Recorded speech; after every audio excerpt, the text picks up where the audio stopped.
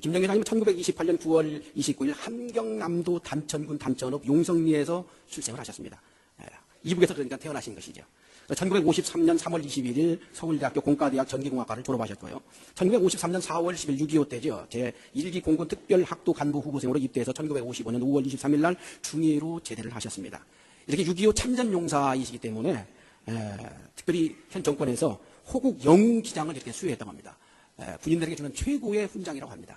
우리 박보희 총재님께서도 받으셨는데 우리 김명희 회장님도 이 훈장을 받으셨습니다. 1955년 4월 20일 날 김순화 모친으로부터 인도를 받아서 통일교회에 입교를 했습니다. 그래서 1958년도 10월 13일 날 처음으로 이제 삼척교회를 개척하면서 공직을 출발하셨습니다. 그래서 1960년 4월 16일 날 참 부모님께서 성혼하시기 전에 먼저 믿음의 자녀 입장에서 세 가정 약혼이 있었죠.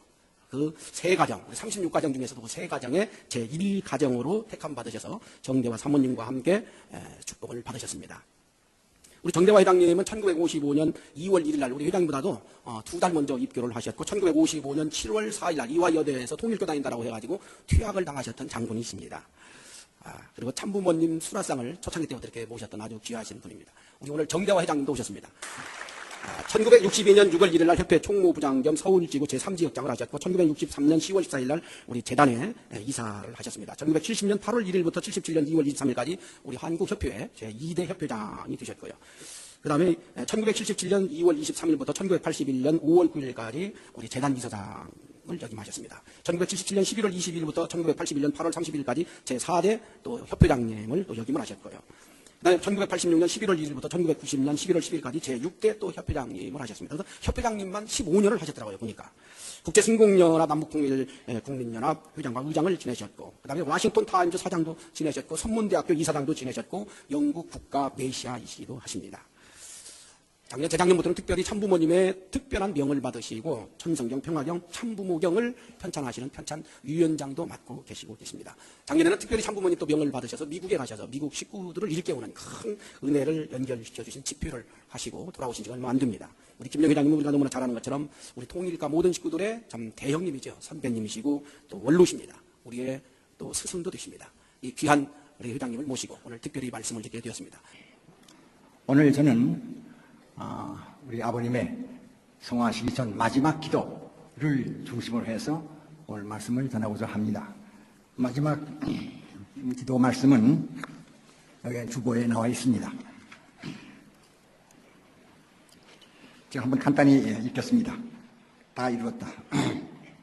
오늘 최종적인 완성 관계를 지어서 아버지 앞에 돌려드렸사옵고 지금까지 한 생을 아버지 앞에 바친 줄 알고 있사오니 그 뜻대로 이제는 모든 생을 정성 들여 종료하는 시간을 맞이하여 타락이 없었던 본전의 에덴 동산으로 돌아가서 해와가 잘못되고 아담이 책임 분담에 걸린 것을 다 초월할 수 있게 되었습니다.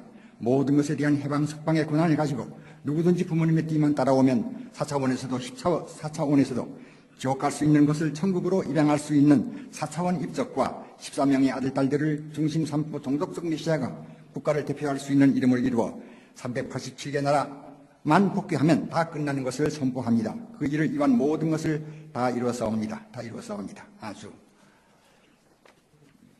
이 말씀 가운데서도 가장 중요한 부분이 마지막 끝 다 이루었다고 하는 말씀입니다. 이 다 이루었다고 하는 것은 무엇을 말하는가 하면은 하나님께서 아버님을 메시아로 보내실 때 아버님께 이루어 주시길 바라신 그 모든 내용을 다 이루었다는 것입니다.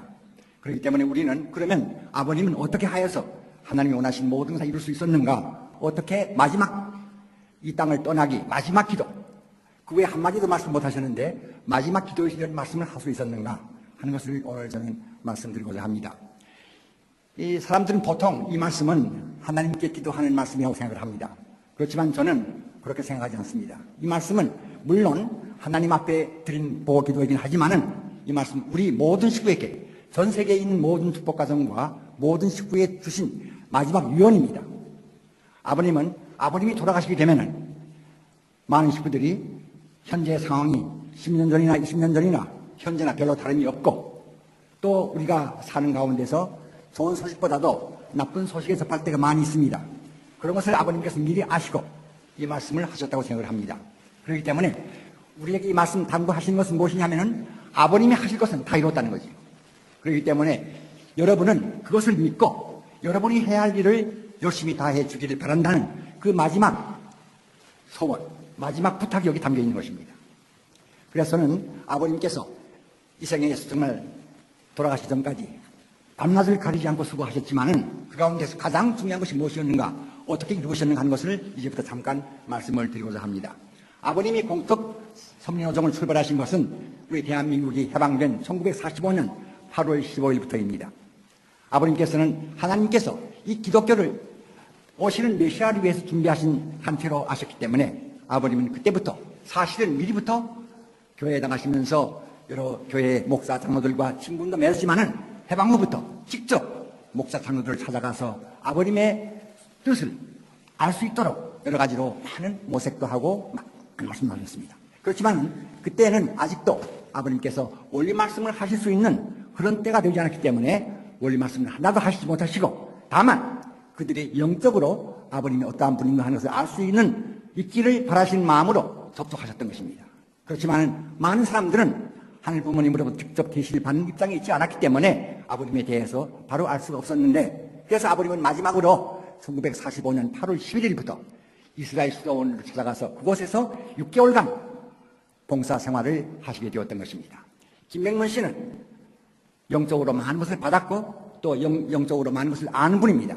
그렇기 때문에 그곳에서 봉사활동을 하시면서 그분을 통해서 그분과 연합할 수 있는 기회가 올 것을 소망으로 삼으면서 열심히 봉사활동을 했던 것이에요.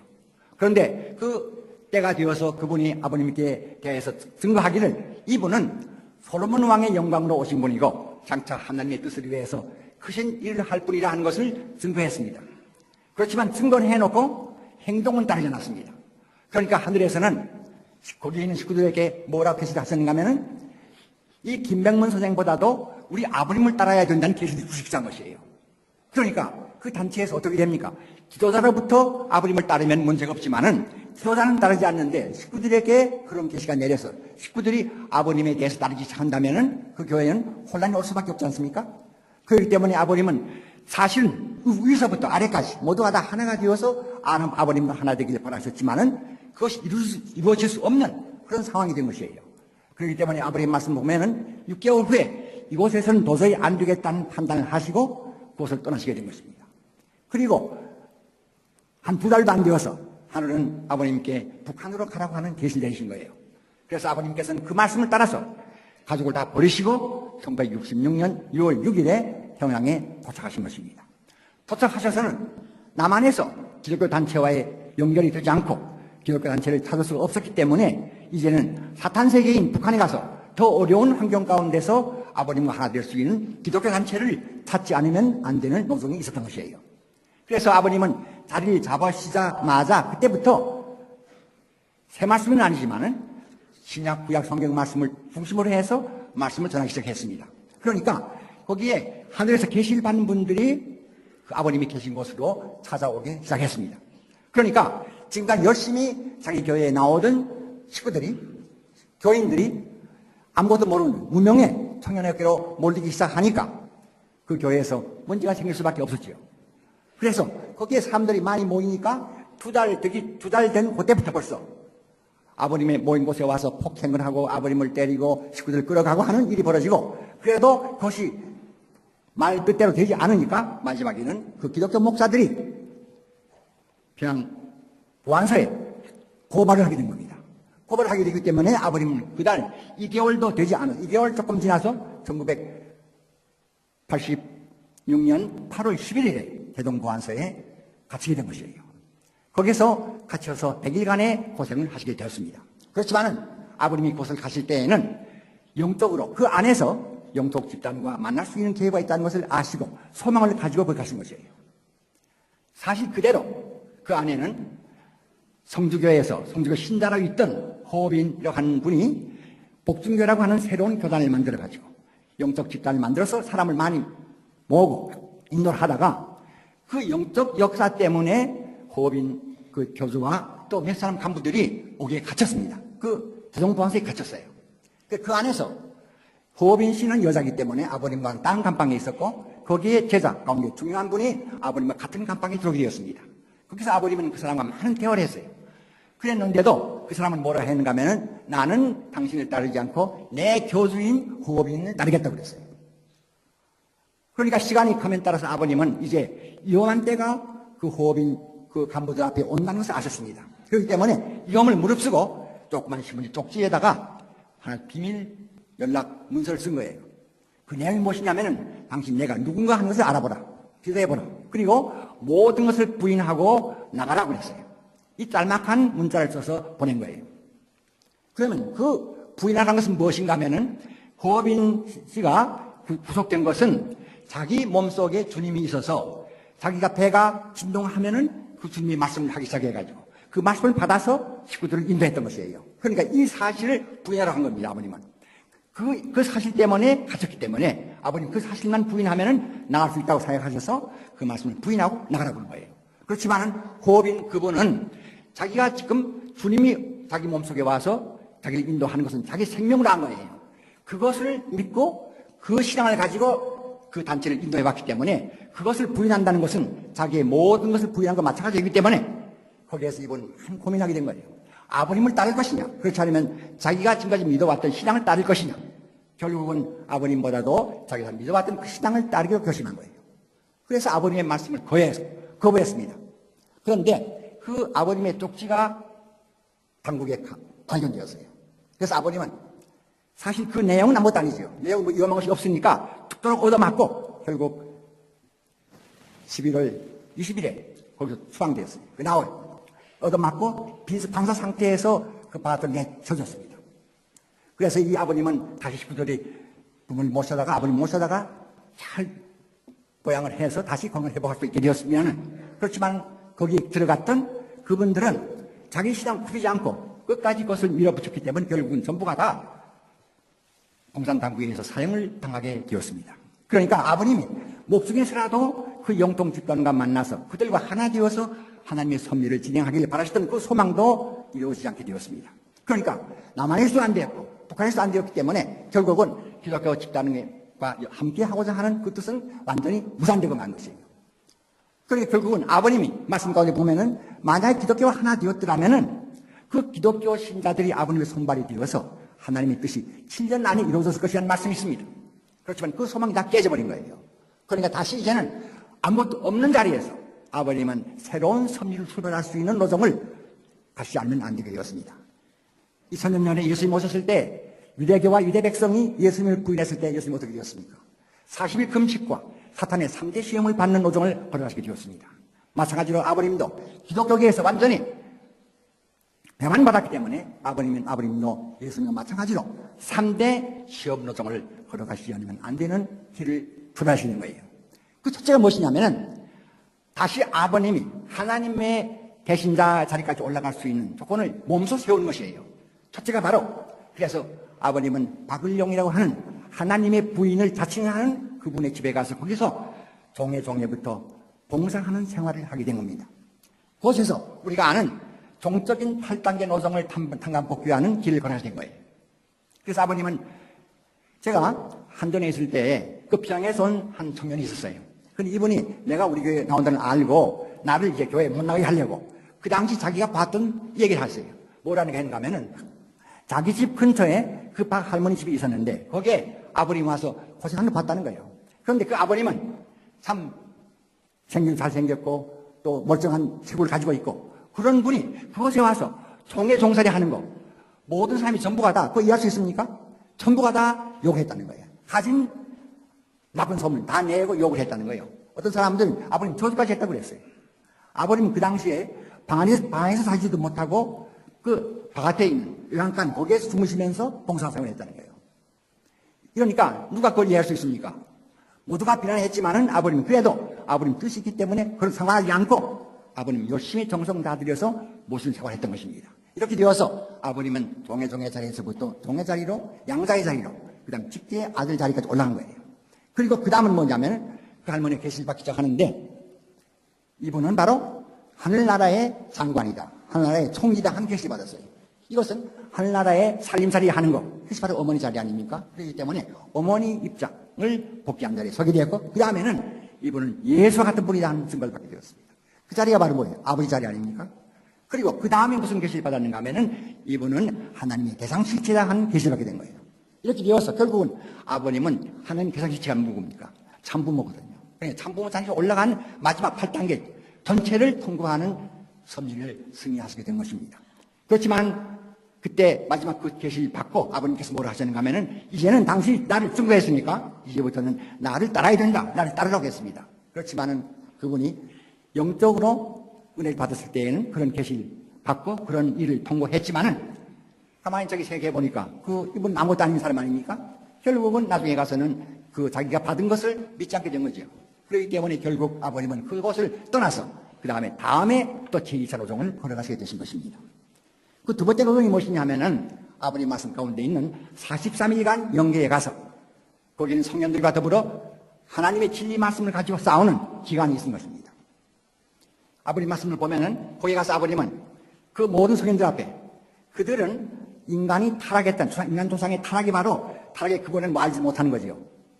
지금 이 땅에 종교가 많이 있지만은 인간 타락이 바로 성적 문제는 안 사는 종교 있습니까? 없습니다. 그렇기 때문에 거기도 마찬가지죠. 영계도 마찬가지죠. 그래서 여기서 아버님이 뭐라 하셨는가 하면은 하나님 법성의 중심은 혈통전환과 심정전환과 소유권 전환이다. 이 세 가지를 주장하신 거예요. 그래 모두가 다 어디가 그때의 소리가 있느냐 하고 반대를 하기 시작합니다. 그리고 예수님에 대해서는 당신이 내가 와야 한다고 했기 때문에 그날에 가서 재림들을 맞이하여야 할 기독교인들 간에 혼란이 생겼다. 잘못됐다는 거죠. 다른 사람은 온다고 했으면 됐을 것인데 그러지 않았기 때문에 결국 다시 오시는 주님은 같은 분으로 오신다고 믿었기 때문에 기독교인들이 새로운 오시는 주님을 맞이하기 어렵게 된 것이에요. 그리고 공자에 대해서는 당신은 하나님을 알지 못하고 하늘이라는 막연한 용어를 쓰면서 당신의 가르침은 결국은 종교적인 가르침이 아니고 하나의 도덕의 가르침에 지르지 않게 되었다 하는 말씀을 한 거예요. 이와 같은 말씀, 아버님의 말씀이 세 가지가 나옵니다. 그러니까 이런 말씀을 들은 모든 게 전부 다 반대했어요. 그런데 하나님도 아담이 하나님을 배반하고 타락했기 때문에 그것을 탄감복귀 하기 위해서 하나님도 그쪽편에 서서 아버님을 반대했습니다.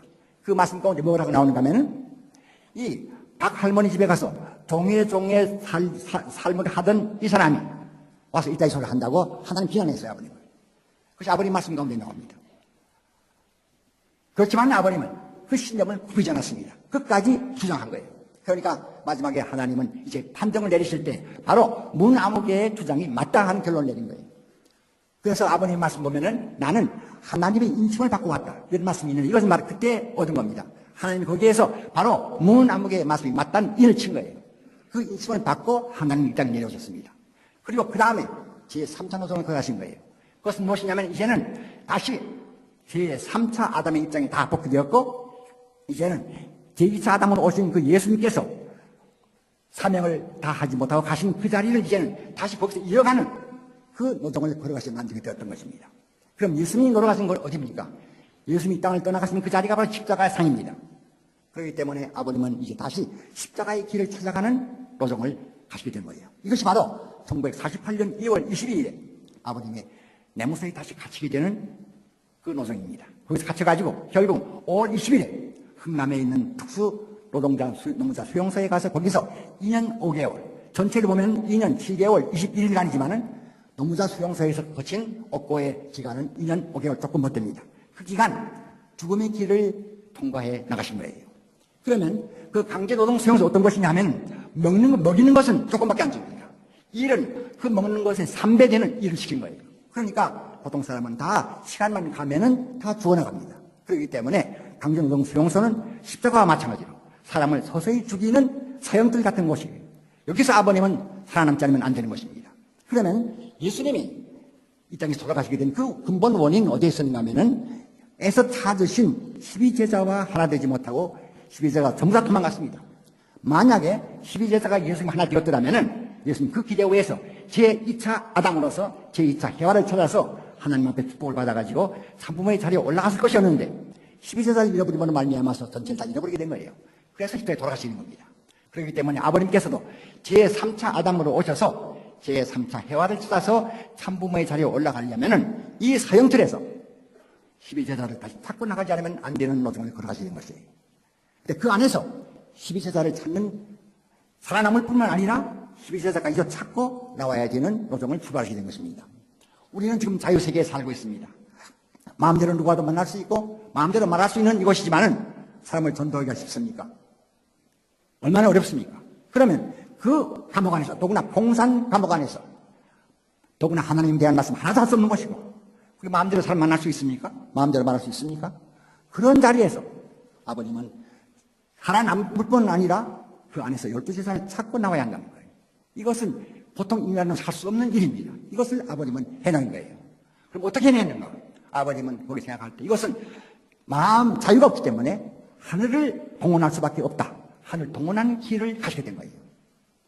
그래서 아버님은 처음에 2주간 그랬어요. 2주간 동안 처음에 배식을 받는데 배식의 반을 남에게 나눠주고 반을 가지고 살았습니다. 그리고 2주간 후부터 전체를 다 드시면서 나는 이제부터 2배를 먹고 있으니까 난 문제없다. 이건 충분하다. 그런 생각을 가지시고 그 나머지 기간을 채워난 거예요. 그러니까 완전히 식량의 모든 부족을 정신력으로 극복할 수 있는 그런 길을 가시게 된 것입니다.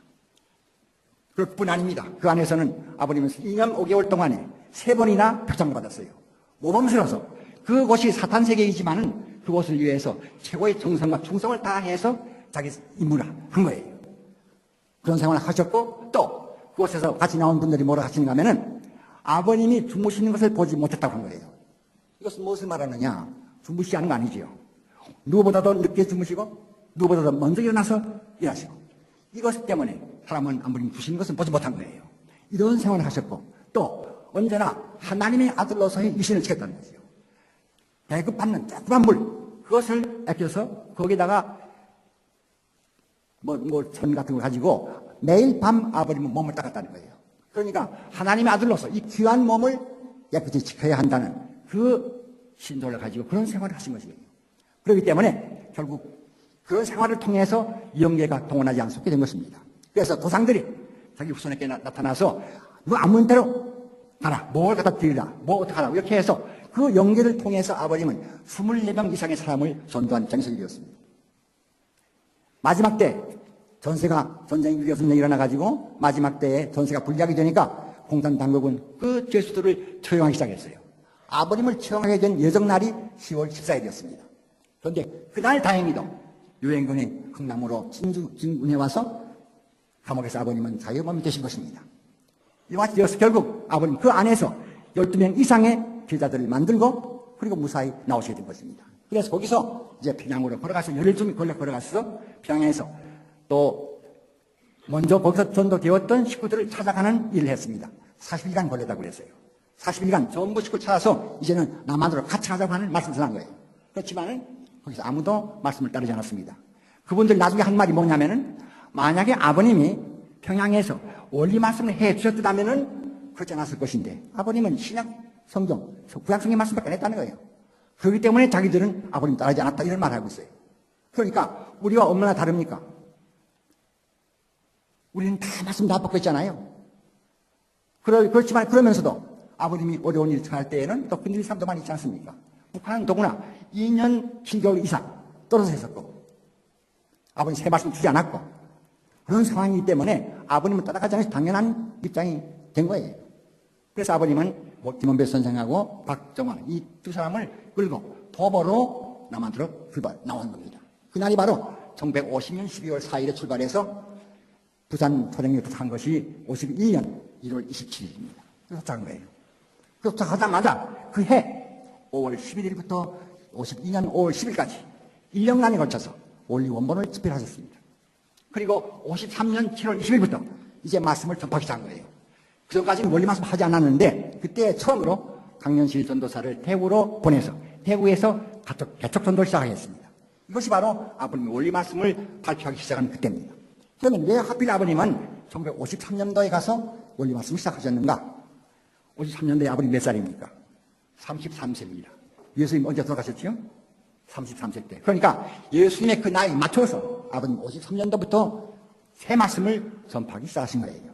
그리고 54년 5월 1일에 사실 5월 31일입니다. 그때는 지금 5월 1일 됐지만은 세계기독교 통일성협회를 창설하신 거예요. 이어서 아버님은 잃어버린 기독교를 대신해서 하나님의 섭리를 받들 수 있는 단체를 만드신 거예요. 그래서 새로운 출발을 하시게 된 겁니다. 그리고 1955년, 57년 7월 20일부터 20일에 한 번 129세 식구들 전부 다 보내가지고 개척전을 시킨 일이 있죠. 그리고는 전도가 없습니다. 그리고 1960년도 4월 11일에 아버님은 어머님을 찾아서 어머님과 더불어 축복을 받게 되는 겁니다. 이 어머님을 찾는 것도 2년 전에 3년 전에 그때 홍순애 할머니가 어머님을 모시고 교회, 우리 청방송 교회에 오셨어요. 그때 그 어머니는 뭐 여학생이냐, 조그만 여학생이요. 아버님보다 23살 아래 아닙니까? 아버님 그때 40살 안 됐을 때죠. 그러니까 어머니 얼마나 어립니까? 그런 어린 나이에 어머님이 여학생복을 입고 오신 거예요. 그러니까 아무것도 아니죠. 보통 것은 누구와 똑같은 젊은 아가씨였지요. 그런데 그 아가씨를 아버님은 그 온돌방에서 만나시게 된 겁니다. 만나시자마자 아버님은 하늘 앞에 기도를 하셨어요. 하나님 감사합니다. 한국 땅에 한 학자를 보내주셔서 감사합니다. 기도를 하신 거예요. 거기서 벌써 아버님은 그가 누군지 알아보신 거예요. 그리고 홍할머니에게 이 딸을 잘 기르라고 당부하셨어요. 그리고 그 따님이 바로 1960년도 오리장잔치에 아버님의 대상으로 제3차 아담 앞에 제3차 해화로 택함을 받아서 아버님과 더불어 하늘의 축복을 받게 된 분입니다. 그것이 바로 우리 어머님이에요. 거기서 성혼식이 있은 다음에 5일 후에 아버님께서는 제3상을 불러서 또 축복을 해주셨습니다. 그럼 이것이 무엇이냐? 바로 이것이 이 땅에서 완성구원섭, 구약은 소생구원섭이죠. 신약은 장성구원섭이에요. 아버님은 완성구원을 시작하는 거예요. 바로 이것이 완성구원섭리의 출발이에요. 이것을 통해서 처음으로 지금 역사에 한 번도 없었던 원죄 청산과 더불어서 부로 맺어주는 성혼식이 시작된 것입니다. 그렇기 때문에 사실 역사에서 가장 최초의 구원식, 최초로 혈통전환을 하고 원죄를 청산 짓고 남녀를 부부로 맺어준 그 시기 바로 5일 후에 있은 성혼식인 것이에요. 그래서 나는 이것이 바로 인류 구원의 새로운 인류 구원 출발이다. 그렇기 때문에 이것이 뜻이 있는 것입니다. 그리고 그 다음에 33쌍을 축복하시고 그 다음에 또 72쌍을 축복하시고 또 그 다음에 83세 3년에는 124쌍을 축복해 주셨습니다. 그리고 아버님은 60년도부터 제1차 7년 노정을 출발하시게 되었습니다. 이 기간에 아버님께서 어머님께 하실 말씀이 있어요. 어떠한 일이 있어도 아버님께 절대 복종해야 된다고 그랬어요. 절대 순종하라고 그랬습니다. 누구의 말로 들으면 안 된다. 아버님 말만 따르려고 하는 말씀을 주신 것이에요. 이것은 이 7년간 무엇이냐면은 어머님은 장성기 완성기에 초받았습니다. 완성된 분이 아니었어요. 그러니까 이 7년 노정 기간 동안에 아버님과 완전히 하나 됨으로 말미암아서 어머님이 완성기를 통과하시는 거예요. 그러니까 다른 사람의 말 들으면 안 됩니다. 옛날에 혜아가 다른 사람의 말 들었기 때문에 타락한 거 아닙니까? 그렇기 때문에 아버님을 어머님에 대해서 절대로 아버님 말만 따르고 다른 사람 말 듣지 말라는 그 계명을 주시고 결국 7년 후에 하나님의 날이 선포되게 된 거죠. 1968년 1월 1일에 하나님의 날이 선포되었습니다. 이것은 바로 무엇을 말하는가 하면은 아담 혜화가 완성되었어요. 완성된 아담 혜화를 하나님 가지게 된 거죠. 그렇기 때문에 잃어버렸던 인간 시속을 이 아버님과 어머님을 통해서 하나님은 복귀하신 것입니다. 그렇기 때문에 이것이 바로 역사적인 날인 것이고 이 68년 1월 1일에 하나님께서는 하나님이 소망하시던 하나님을 중심으로 한 사유기대 가정을 처음으로 가지게 된 거예요. 그리고 그 기간 동안에 36가정, 72가정, 124가정을 찾아 세움으로 이게 뭐냐면은 아버님의 종족입니다. 그렇기 때문에 이 8년 안에 아버님은 조상, 인류 시조도 복귀하시고 또 이상 가정도 복귀하시고 이상 종족을 복귀하시는 위대한 업적을 남기신 거예요. 그렇기 때문에 이 기간에 한 일이 오늘날 우리 모든 축복가정이 가야 할 그 노정을 보여주신 것입니다. 우리 모두가 다 아버님 일처럼 마찬가지로 부부가 완전히 완성 부부가 되고 그 가정이 하나님을 모실 수 있는 하나님 중심한 사회적 가정을 이루게 하고 그리고 종족을 찾아서 종족 복귀를 다 해야 된다는 지금 우리가 가지고 있는 사명이 바로 그때 아버님 그 모범 노정을 다 보여주신 것이에요. 그리고 아버님은 1972년 9월에 미국으로 가셨습니다. 미국을 가셔서 세계의 중심인 미국에서 복귀 섭리를 시작하는 일을 하신 것이에요. 아버님 이와 같이 해서 지상에서 지상에 살고 있는 인간을 완전히 원죄를 없이 하고 하나님의 아들, 딸로 만들고 하나님의 가정을 이루게 하는 그 섭리를 출발시키게 되었습니다. 이것이 얼마나 위대한 겁니까? 인간 시도 입장을 복귀하시고 그리고 지상에 있는 인간을 다 구원할 수 있는 길을 열어놓고 그 다음에 아버님 목표한 것이 무엇이냐면은 영계에 있는 영인들을 구원하는 길을 출발한 거예요. 사실 오늘날 이 땅에는 75억이라고 하는 인류가 있지만은 영계는 얼마나 있습니까? 영계에는 이 땅과는 비교할 수 없습니다. 오늘날 인간 시조를 창조한 그때부터 오늘날까지 모든 인간의 영계가 있는 거예요. 그럼 부수가 얼만큼 되느냐? 이것은 인류 역사가 얼만큼 되는가 하는 보면 알 수 있는 거예요.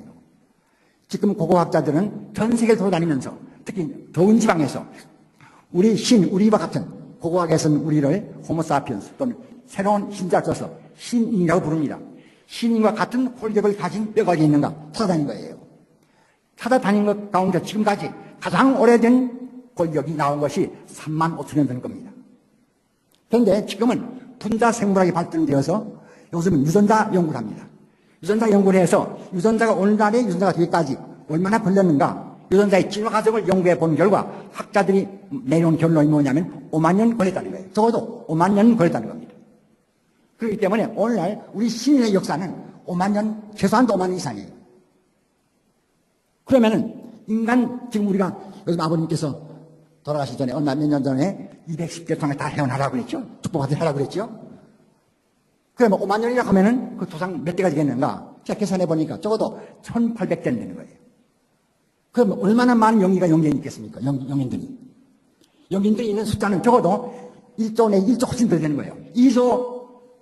2조 근처입니다. 그런 숫자가 있는 거예요, 영계에. 그러니까 이 영인들을 구원하는 것이 얼마나 중요합니까? 영계는 하나님 편이 아버님 오실 때까지는 하나님의 혈통을 가진 사람은 하나님과 예수님 한 분밖에 없어요.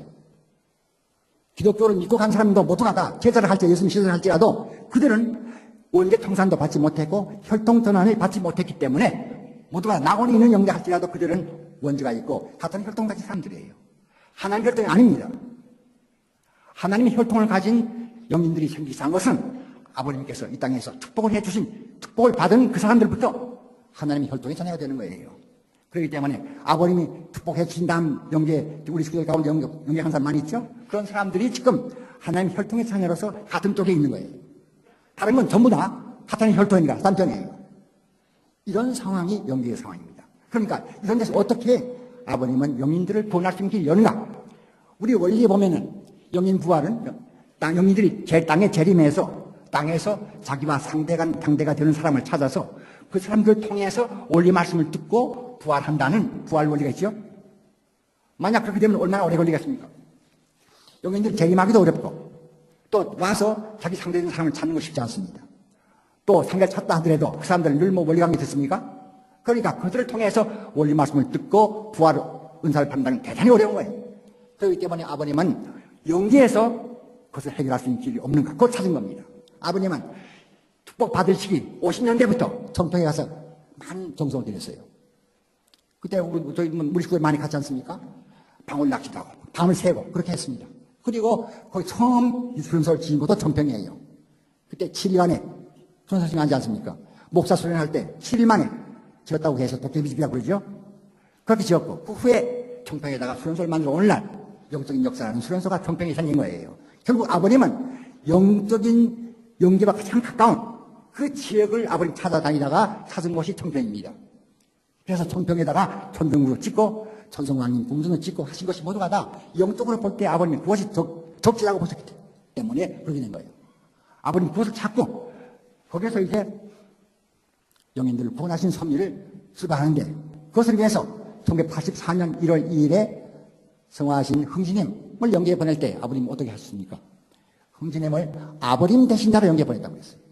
또 89년 11월 3일에 홍순의 할머니가 돌아가셨어요. 그때 아버님은 홍순의 할머니를 어머님 대신자로 영계에 보냈습니다. 그렇기 때문에 영계에는 사실은 부모님이 가셔야 되는 거예요. 부모님이 가시지 않고서 영계를 변화시킬 수 없습니다. 그런데 아버님은 땅에서 수고를 하셔야 되니까 아버님 대신자로 흥진님과 대모님을 세우셔서 거기에서 부모님 대행 역사를 시킨 거예요. 그렇기 때문에 흥진님과 대모님은 영계에서 아버님의 뜻을 이루기 위한 모든 토대를 닦는 정성과 기도와 노력을 하신 거예요. 그것이 바로 무엇이냐면은 영계의 교육기관을 만드는 것입니다.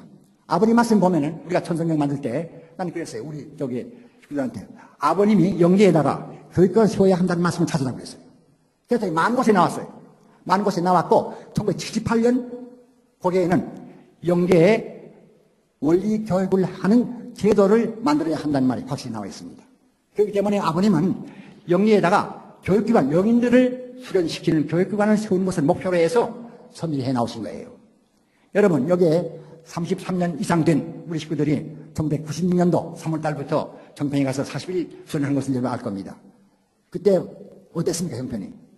잠자리도 없었잖아요. 천막 가운데서 방수 한쪽이 있고 한쪽에 잠자리를 만들고 화장실도 없어서 굉장히 어렵고 그렇죠? 찬물로 아주 그 추운 때에 찬물로 세수하고 냉방이 사고 그러지 않았습니까? 그런 상황이 있을 때 그런 것을 할 때가 바로 초창기예요. 그 76년도입니다. 우리가 40일 수련 받으면서 마지막 7일 금식을 하고 또 7일 연장되어서 47일간 전도 수련을 했어요. 그때 전부 다 우리부터 악령 불역사 시작하지 않았습니까? 그 후에 정평이 오늘날 같은 이런 자리를 차지하게 된 거예요. 그러면 그것을 하기 전에 아버님은 미리 영계 교육관을 세우는 것을 전부 다 준비를 하신 겁니다. 그래서 1997년 11월 29일에 아버님은 뉴욕에서 4천만 쌍 마지막 축복을 하시면서 거기에서 5대 성인과 3대 악마를 축복하는 직을 했어요. 저는 그때 영국에 있었습니다만 그 참석해서 같이 그 자리에 참석했습니다. 4천만 쌍 축복을 한국에 이해할 수 있는 거 아닙니까? 5대 성인 축복도 이해할 수 있어요. 그런데 아버님은 거기에 3대 악마를 같이 축복해 줬어요. 이것이 보통 이해할 수 있어요? 거기에 있는 스탈린, 5천만 이상을 죽인 스탈린, 히틀러, 이런 세 가장 악인들을 골라서 축복시켜 준 거예요. 그럼 이것이 무엇이냐? 이것은 아버님께서 영계에다가 하나의 충격을 준 거예요. 그래서 나는 이것을 충격요법이라고 말합니다. 영계에 충격을 준 거예요. 그럼 무슨 말이냐면은 사탄은 영계에서 사탄 편에서 하나님 편으로 갈 수 없게 딱 장벽을 막아놨어요. 그런데 아버님이 이 3대 악마를 축복시켜 줌으로써 그 담벽에 구멍이 뚫린 거예요. 그래서 끄집어내서 축복시켰으니까. 그러니까 아무리 큰 댐이라 할지라도 구멍이 나기 시작하면 붕괴는 시간 문제가 아닙니까? 그래서 아버님은 그 5대 성인과 3대 악마 축복을 이어서 그 다음 같은 해 12월 2일에 영계에 아버님이 이런 축복을 해줬습니다.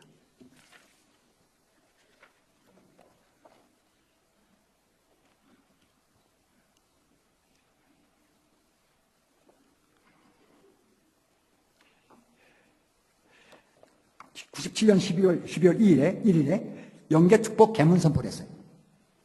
그리고 98년 5월 15일에 기록 해방과 전국 계문 선포를 했습니다. 이거 전부 다 영인들을 부활하기 위한 섭리예요, 이게. 그리고 98년 6월 2일에 여기에 말씀이 나옵니다. 다른 데도 많이 있는데 영계의 원리를 교육할 수 있는 체제를 만들어야 한다 하는 말씀이 나옵니다. 그러니까 우리가 조상회원 그 다음부터 하는데 조상회원 해도 영계에 교육기관이 없으면 아무런 소용이 없는 겁니다. 조상부에서 뭘 할 거예요? 교육기관이 있어서 거기서 교육을 시킬 수 있어야 영계를 보낸 뜻이 있는 것이지 교육관이 없으면 조상 영계에 보낼 아무 의미가 없는 거예요.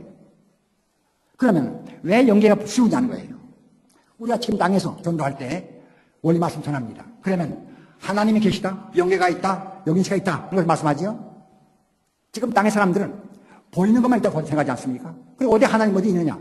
보이지 않습니까? 영계가 어디 있느냐? 영인체가 어디 있느냐? 자기 있으면서도 다 포기하지 않습니까? 그렇기 때문에 전도가 안 되는 거예요. 그럼 영계는 어떻습니까? 영계 영인들은 자기들 하나님을 알잖아요. 자기 영계에 있잖아요. 자기들 영인체로 살고 있는 걸 알기 때문에 그런 전도 얼마나 쉬워요. 그뿐이 아닙니다. 땅에서는 그런 말씀을 하나님 잘 믿다 하더라도 땅에서는 먹고 살아야죠. 직장도 가져야죠. 아이들 돌봐줘야죠. 그러니까 말씀을 어떻게 하더라도 교회에 나오기가 쉽습니까? 어렵습니까? 정말 수상기 얼마나 어려웠어요. 그러니까 전도가 안 되는 거예요. 그렇지만 영계에는 뭘 걱정이 있어요? 입을 거, 잘 거 걱정이 없습니다. 그렇기 때문에 영계에서는 아주 쉬운 거예요. 또 원리 말씀을 하는 것도 그렇습니다. 가서 다 보여주는 거예요. 지역, 전국 다 보여줍니다. 그러니까 얼마나 말빨이 듣겠습니까? 그렇기 때문에 영계에서 교육하는 것이 대단히 쉽고 빠른 거예요. 그래서 오늘날 영계에서는 100일 수련을 통해서 모든 타락들을 다 부숴버릴 수 있는 거예요. 그리고 원죄 청산만을 땅에 와서 하게 되어 있습니다. 그것은 왜 그러냐면은 성주가 땅에 있기 때문에 땅에 와서 혈통전환을 하는 거예요. 그래서 영계에서 이렇듯이 수많은 영인들을 땅에서 우리가 수상회원을 해서 영계에 보내면 영계에서는 100일간의 교육을 통해서 그들의 모든 타락성을 다 벗기고 이제는 원죄 청산만 하면은 절대 선정이 될 수 있는 준비를 할 수 있게 된 것이에요. 이것이 바로 아버님께서 먼저부터 오랜 세월 기도하시고 준비하신 그 결과로 이루어진 일입니다. 여러분, 청평에서 1999년도에 천성왕님 궁전 준공식이 있었어요. 그때 아버님이 하신 기도가 있습니다. 그 기도 한번 보십시오. 그 기도 가운데 얼마나 아버님이 하나님이 수고했다는 것이 그 기도 가운데 다 나와요. 거기 흥진님 대모님 수고했다는 거 다 나옵니다. 많은 수고를 해서 기도를 하고 정성 들여서 청평 교육과를 만들고 조상회원을 할 수 있는 길이 열어놨다는 거죠. 아버님 이렇게 수고해서 이런 결과이기 때문에 이 땅에서 있는 모든 축복 가정도 다 그것을 알고 적극적으로 조상회원하고 정축복할 것을 알았습니다. 그런데 몇 년 전에 아버님이 부모님만 불렀어요. 지금 조상회원 어떻게 되느냐 물어봤어요. 그러니까 부모님이 거짓말할 수 있습니까? 아버님한테. 사실을 말할 수 없고 우물쭈물 할 수밖에 없잖아요. 근데 아버님 큰 문제 차린 거예요. 굉장히 아버님이 실망했습니다. 그 후에 아버님은 석박사 그때 협회장 때 불러다가 210대까지 모든 축복가정이 전부 다 조상회원과 전축복하라는 명령을 내리신 거예요. 그 전까지는 아버님을 믿고 열심히 하겠거니 했는데 사실 그렇지 않았다는 거죠. 굉장히 실망했습니다. 미국 가시면서 또 부르고 몇 번 불렀어요. 그렇게 말씀했는데 나는 공문이 나오는가 보니까 공문이 안 나왔어요. 왜 공문이 안 나왔을까요? 결국 협회에서도 정평에 대해서 지금 이 잘못 가지고 있는 사람들 많이 있습니다. 그러니까 공문 내지 않은 거예요. 아버님 말씀했으면은 그 말씀대로 공문도 다 내고 동요해야 할 것인데 협회가 가만히 있었어요. 지금 지난번 그 집회 때 정평이 물어보니까 4,800억의 덕대성이 있다 그랬습니다.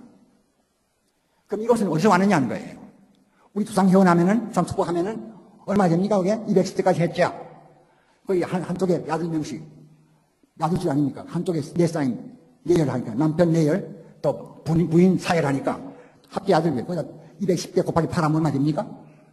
조상만 가지고 얼마 안 되는 거예요. 결국은 무엇이냐 하면은, 우리 안에서 나왔던 영인들, 또 우리 주변에 살던 영인들 전부 다 와서 같이 조상회원한테 같이 연결을 가는 거예요.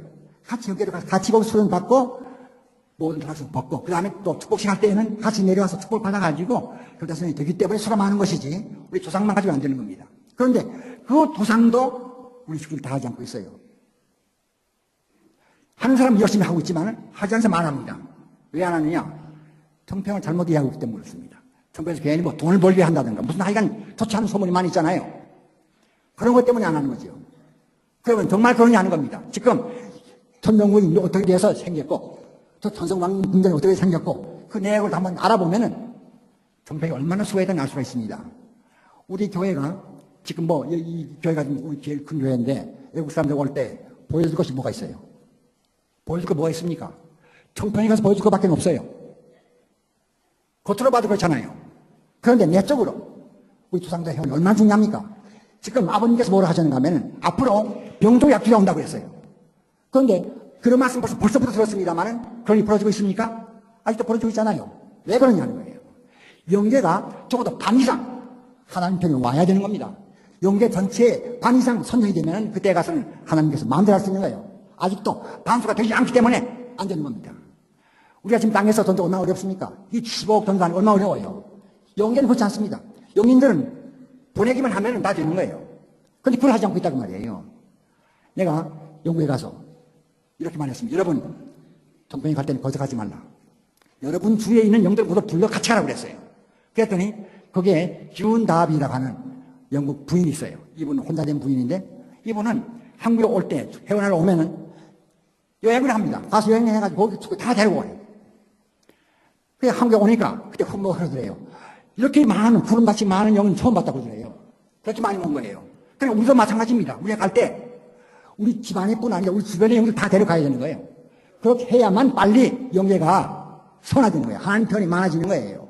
그래야 하나님 역사할 수 있는 겁니다. 지금 우리 식구들이 뭐라고 합니까? 아버님이 성계에 가는데 왜 가만히 계신가? 그러잖아요? 아버님 왜 가만히 계십니까? 아버님 땅선 모르세요? 뭐예요?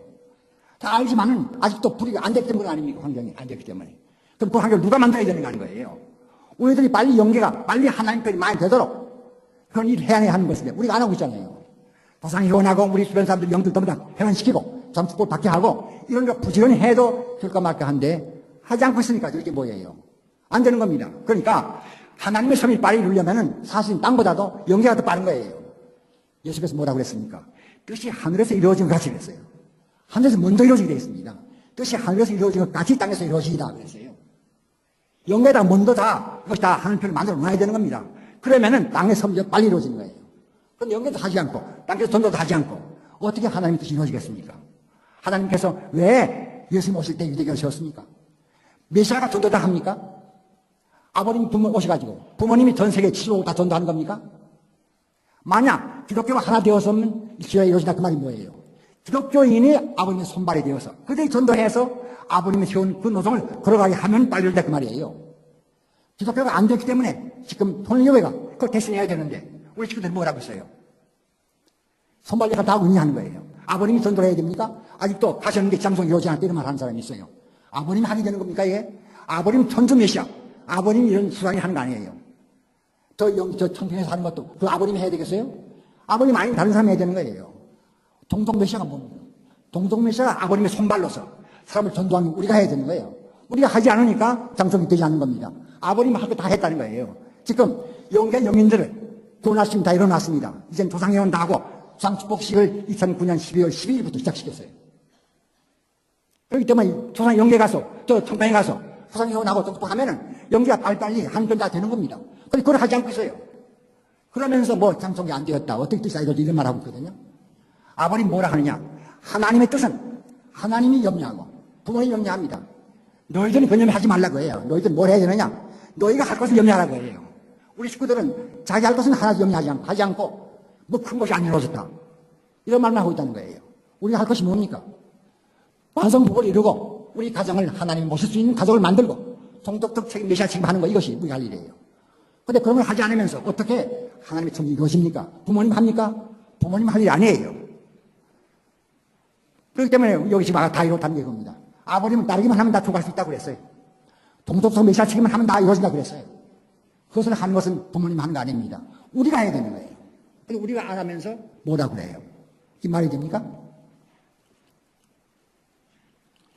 그러면 지금 아버님은 도상 인간 시로서 복귀되셨고 인간 고난식, 인간 고난식을 열었고 영계 영인들이 전부 다 고난식을 다 열었습니다.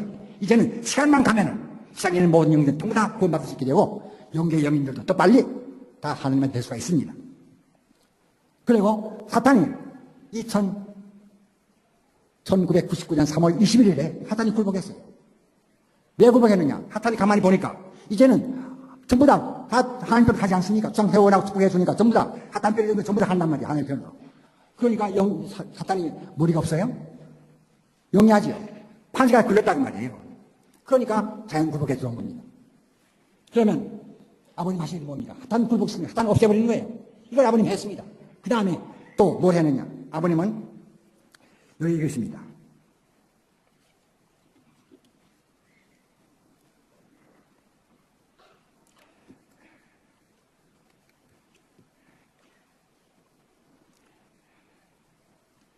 이거 하기 전에 좀 더 할 것이 많이 있어요.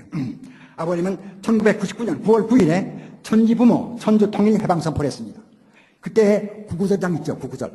1999년 9월 9일 99분 9초 거기다가 아버님의 79살, 9을 넣어서 9수, 9수 9수를 복귀했다고 했어요. 이것이 무엇이냐면은 사탄이 이하에 맡겼던 지상과 천상의 벽을 허문 시기라고 했어요. 이 구구절을 복귀함으로써 지상과 천상의 벽이 허물었다 그랬고, 그 다음날 1999년 9월 10일에 11 10시 10분, 10시가 새벽입니다. 그래서 30절. 이때 뭐라고 하셨는가 하면 하나님 편에 1부터 10까지의 모든 수가 다 복귀되었다. 그렇기 때문에 이제 구약과 신약과 성약시대 모든 것이 다 완전히 탄감복귀되어가지고 만사가 청산되었다 하는 말씀이 있어요. 이 30절로서 구약시대에 잘못한 거, 신약시대에 잘못된 거, 성약시대에 잘못된 모든 것을 탄감복귀해가지고 잘못된 것 전체를 탄감복귀에 청산했다 그랬습니다. 이것이 30절로 다 이루어진 거예요. 그리고 그 다음에 아버님은 1999년 10월 23일에 천주 축복 해방일을 선포했습니다. 그리고 그 다음날 10월 24일에 제4차 아담권 시대 도래를 선포했어요. 이게 뭐냐면 아버님은 이제는 3차 아담 아니고 제4차 아담으로 올라갔다고 그랬어요. 3차 아담까지는 실패가 있어요. 그렇지만 4차 아담은 실패와는 아무런 관계도 없는 자리에 올라가신 것이에요. 이거 제4점. 그리고 99년 11월 7일에 천성왕님 궁전 중공식을 했고 99년 12월 12일부터 도상 축복식을 하시기 시작합니다. 아버님은 축복을 1996년까지 7년까지는 제일 많이 한 게 360만 상까지입니다. 그리고 97년 11월 29일에 4,000만 상 축복을 했고 그 다음부터 3억 6천만 상, 또 4억 상, 1차, 2차, 3차, 5차, 6차까지 이렇게 했어요. 이렇게 과거엔 축복이 얼마나 어렵습니까? 그런데 아버님은 4억상, 3억 6천 상, 4억상에서 전 세계로 축복하라고 그랬습니다. 이거 왜 이렇게 했느냐는 거예요. 이것은 바로 아버님의 작전입니다. 아버님은 2001년 1월 13일에 하나님 왕권 즉위식을 했어요. 하나님 앞에 왕권을 돌려드리려면은 백성이 있어야 됩니다. 백성이 없이 어떻게 하나님이 왕권을 회복할 수 있습니까? 그렇기 때문에 이 지상에서 사업상 축복식을 육사까지 한 거예요. 사막 육상도 하고 다 했습니다. 이것은 하나님 백성을 늘리기 위한 겁니다. 그러니까 뜻을 알고 볼 관계없이 원죄 청산만 하면 하는 뜻이 가는 거 아닙니까? 그렇게 해서 하나님 편 인구를 늘리기 위해서 가신 것이에요. 우리께서 하는 겁니다. 똥튀기도 필요했다고 그랬어요. 우리 간부들 가운데 똥튀기 많잖아요. 그런데 그것이 한때 허용된 겁니다. 이때. 아버님은 그 보고를 믿는 거예요. 그러니까 아버님 지시를 내려서 다 했다는 보고가 들으면은 다 한 거 되는 거예요. 이렇게 사는, 그것을 하나님 아버님은 그것을 조건적으로 삼아하시고 하나님 왕권 즉위식을 하시게 된 겁니다. 그 하시기 전에 아버님은 2000년 6월 29일에 천주 환원식을 했어요. 천주를 하나님께 돌려드린다 식을 했어요. 그러니까 이 땅과 백성이 있지 않습니까? 그래야 주권이 되는 거 아니에요? 그렇기 때문에 이것을 하시고 2001년 1월 13일에 하나님 왕권 즉위식을 하신 겁니다. 그러니까 하나님 하신 모든, 아버님 하신 모든 것은 거저한 것이 아니에요. 하나도. 보니까 전부가 다 아버님은 다음에 할 섭리를 위해서 대회도 하시고 선포도 하시고 하신 것이에요. 그리고 이것을 한 다음에 2004년 4월 10일에 선사세계 해방석방 선포를 했습니다. 그러니까 하나님 왕권 즉위식을 한 다음에 선사세계를 복귀합니다 했어요. 그러니까 여기서 뭘 했습니까? 결국은 사탄을 없앴고 하나님 제자리에 돌아오셨고 선사세계를 돌아가게 하고 인간 구원의 길, 영민들 구원의 길 다 열었잖아요. 아버님 다 하신 거예요. 그리고 2006년 6월 13일에 천정무 입궁식과 천주평화의 왕 대관식을 했습니다. 하나님의 대관식을 하신 다음에 하나님을 땅에 모시는 식을 한 거예요. 그러니까 아버님 말씀 좀 보세요. 하나님의 한이 뭐냐면 인간과 더불어 살지 못했다는 거죠. 천정무 입궁식은 하나님이 분명히 함께 입궁하신 거예요. 하나님이 우리와 같이 땅에 와서 함께 사실 때가 된 겁니다. 이것이 바로 하나님이 한 풀어드리는 거예요. 그리고 아버님이 거기에서 천주 평화의 왕으로서 대관식한 겁니다. 이때 우리 한국에서 모든 성씨의 왕관 다 받았죠. 전 세계 각국으로부터 왕관 다 받았습니다. 그 조건이지만은 그런 걸 거쳐서 아버님은 천주 평화의 왕 대관식을 하신 것입니다. 이렇게 돼서 아버님이 하기 다 했습니다. 그런데 마지막 하나 남았습니다. 이것이 무엇이냐 하면은 아버님께서 2010년부터 시작하신 대회입니다. 2010년 7월 8일에 천지인 참부모 정착 실체 말씀 선포대회. 이걸 얼마나 오래 했습니까? 같은 몽을 하시고 그때 보면 한국에서 7월 8일 하시고 미국에서 7월 14일 하시고 이스라엘에서 9월 33일 하시고 또 같은 해 11월 22일에 뉴욕에서 하시고 또 라스베가스에서 하시고 또 12월 4일에는 서울에서 하시고 또 2011년 3월 5일에는 라스베가스에서 4월 24일에는 스페인 인천에서 또 5월 13일에는 스위스에서 하시고 그리고 2011년 4월 22일부터 5월 18일까지는 실제 말씀 선포대에 강연회를 했습니다. 그 앞에서는 대회가 안 되니까 강연회를 통해서 23일간 23국에 사신 거예요. 이렇게 그럼 같은 말씀을 왜 되풀이했느냐? 이 대회에서뿐 아닙니다. 아버님께서는 훈독회 때마다 이 말씀, 같은 말씀을 읽었습니다. 이것이 그만큼 어려운 것이에요. 이것은 뭐냐면은 우리 여러분 하나님 편, 전성의 하나님 편 보세요. 제일 앞에 뭐가 나오는가 하면은 하나님 인간 아담을 창조하신 목적은 제일 목적은 하나님이 죄를 쓰게 한 것이다 하는 말씀이 나와요. 그 하나님 편에 거의 반은 하나님이 죄를 써야 한다는 말씀이 채 있어요. 이것이 하나님의 소원이기 때문에 하나님은 실체가 없어가지고는 이 실체 세계를 구원할 수가 없어요. 그러니까 하나님은 본래 아담 이와를 지었을 때 아담 애가 완성되어서 부부가 되면은 대부가 될 때 그때 하나님이 아담의 마음속에 해와의 마음속에 들어가서 하나님이 아담과 해와의 몸을 쓴다는 말씀이 나와요. 몇 번 나옵니다. 여러 번 나와요. 그럼 이것이 아담 해와의 타락으로 이루어지지 않았습니다. 그때는 왜 쉬운가 하면은 전체 환경이 하나님이 창조된 그대로입니다. 깨끗한 환경이에요. 하탄이 없어요. 죄인이 없어요. 거기에서는 간단한 겁니다. 그런데 지금 와서 부모님이 하시려니까 환경이 이것은 타락이 아니 가득 세계 아닙니까? 환경이 본래 환경이 아니잖아요. 이런 환경 가운데서 이것을 이루어야 되기 때문에 어려웠던 거예요. 이렇게 준비되지 않은 환경 가운데서 어떻게 하나님이 아버님과 어머님 마음속에 들어와서 아버님의 몸을 하나님 몸으로 어머님 몸을 하나님 몸으로 만들 수 있느냐. 이 죄를 쓰는 것, 이것 때문에 아버님은 2010년부터 2012년까지 3년간 고생하신 거예요. 아버님은 지금까지 강연을 많이 했지만은 아버님의 원고대로 원고대로 우리에게 분께서 나눠줄 일이 없습니다. 이걸 다 줬잖아요. 왜 다 줬느냐는 거예요.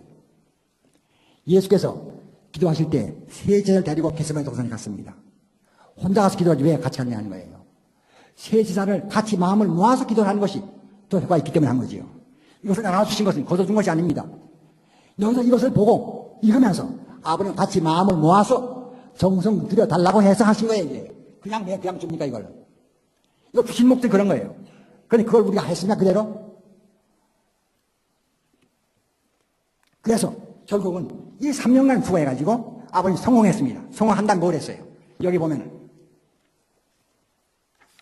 이건 여러 번 줬는데 마지막에 주신 거예요. 이게 마지막에 주신 책입니다. 여기 보니까 말씀에 74페이지에 섭리적 최종 목적 이루어지다 그랬어요. 섭리적 최종 목적이 이루어졌다고 그랬어요. 그리고 완성, 완결, 완료 모두 완성, 완결, 완료 태평성대 되다 그랬습니다. 이것이 청기 2년 7월 3일 철벽 7월 3일입니다. 그러니까 2011년의 마지막입니다. 2011년 12월 달 양력으로 12월 달 마지막에 이때 이뤘다고 그랬고 그 다음 페이지에 또 있어요. 선포문 전국 최대 승리 기념일 그랬어요. 그리고 여기다가 참 부모님 참 하나님 일체 완료라고 그랬습니다. 그리고 여기다 보면 하나님이 완성 완결 완료되다 그랬습니다. 하나님이 완성됐다는 거예요 이게. 그러니까 하나님 본래 죄를 써야 하는데 죄를 쓰지 못했으니까 죄를 쓰지 못한 하나님의 완성이 아니죠.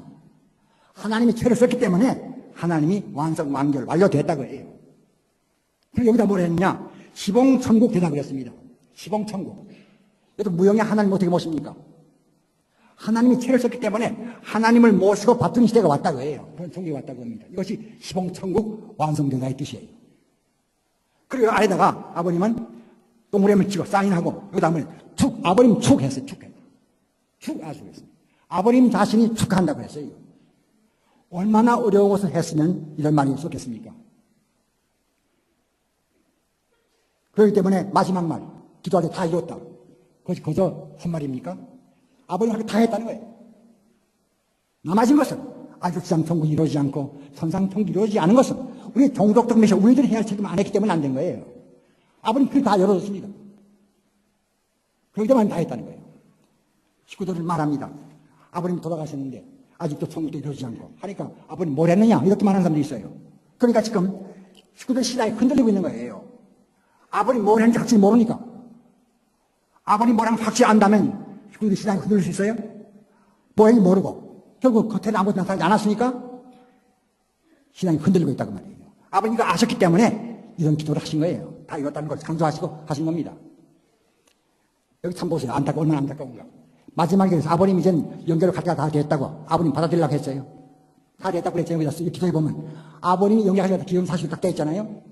그런데 우리 친구들은 뭘 했죠? 아버님 살아나신다고 그런 기도를 했잖아요. 아버님 가시기 편하게 하야 돼. 이런 기도를 해야 되는데 아버님 낫지도 않은 거 가지고 기도를 해가지고 괜히 불량을 만들지 않았습니까? 그러니까 아버님 뜻과 너무나 반대 모르고 있다고 해요. 아버님은 늘 그러지 않습니까? 다 말했다고 해서 다 말했다. 그럼 다 말씀드렸는데 주셨는데 우리도 지금 모르고 있는 거예요 결국은. 그러니까 흔들고 있지 않습니까? 그렇기 때문에 우리가 염려할 것은 하나님의 뜻이 어떻게 되고 그거 아니고 우리가 할 것을 위해서 염려하고 거기에 대해 정성 들이고 노력하는 것이 우리의 책임이다 그래요. 그래서 우리는 우리 책임을 하는 데 정성 들여야 할 것이고 아버님 하나님 할 것에 대해서 검열할 것도 없습니다. 그건 다 됐기 때문에. 그래서 오늘 저는 사실 시간도 별로 많지 않은데 여러분 참 이렇게 장시간 이렇게 말씀드려 죄송합니다만 이것도 한 번밖에 또 다시 말씀드릴 수 없으니까 그래서 오늘 이렇게 바쁘게 이렇게 말씀드렸습니다. 이해 좀 부탁드리겠습니다.